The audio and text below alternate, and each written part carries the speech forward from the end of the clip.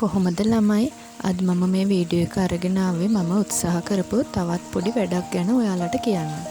මේ චිත්‍ර ටික මට ඇඳලා දෙන්නේ මගේ තාත්ති. එයා විශ්‍රාම ගියපු චිත්‍ර ගුරුවරයෙක්. ඉතින් එයා මට සහයෝගය දුන්නා මේ විදිහට ලස්සනට චිත්‍ර ටිකක් ඇඳලා දෙන්න. ඉතින් මේ චිත්‍ර වලින් බෑග් ටික මැහුවාම හරිම ලස්සනයි ළමයි. ඒ කියන්නේ බෑග් එකට හරිම ලස්සන පෙනුමක් වටිනාකමක් ලොකු වටිනාකමක් එනවා. ඉතින් මට ආපු ගැටලුව තමයි ඇත්තටම බෑග් එකට වටිනාකමක් දෙන්න බැරිකම. ඒ කියන්නේ චිත්‍රය මිල කරන්න බැරිකම. ඔයාලට තේරෙනවා ඇතිනේ. මේ මම ওই බෑග් එක මහන්න පටි ලෑස්ති කරපු හැටි. ඉතින් මේ තාත්ති එකට ලොකු මහන්සියක් ගත්තා චිත්‍ර අඳින්න. ඉතින් ස්ටෙන්සිල් පාවිච්චි කරලා නෙමෙයිනේ මේක හෑන්ඩ් පේන්ට් එකක්නේ.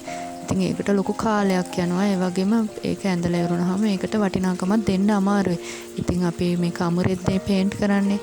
ඒකට බෑග් එකට අපිට එහෙම ලොකු මිලක් නියම කරන්න බෑ ළමයි මාකට් එකේදී. ඒ වගේම මේ එක චිත්‍රයක් ඇඳපු එකක් ආයේ විදිහටම අඳින්නත් බෑ. මේ තියෙන්නේ මේ වගේ මහපු බෑග් කීපයක්. ඉතින් ලස්සනයිනේ.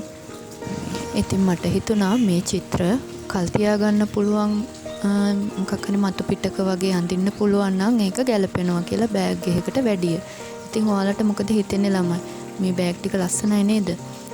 ඉතින් මේ බෑග් ටික නම් දැන් මන් ළඟ නැහැ. මේ ඔක්කොම මේ විකුණිලා තියෙන්නේ සාම්පල් බෑග් ටික. ඉතින් මේ මම ඉතින් ඒක ඉදිරියට අරන් ගියේ නැහැ. ෆෝ ගර්ල්ස්ලා ඉතින් ඔයාලට හිතන දේත් කමෙන්ට් කරගෙන යමු.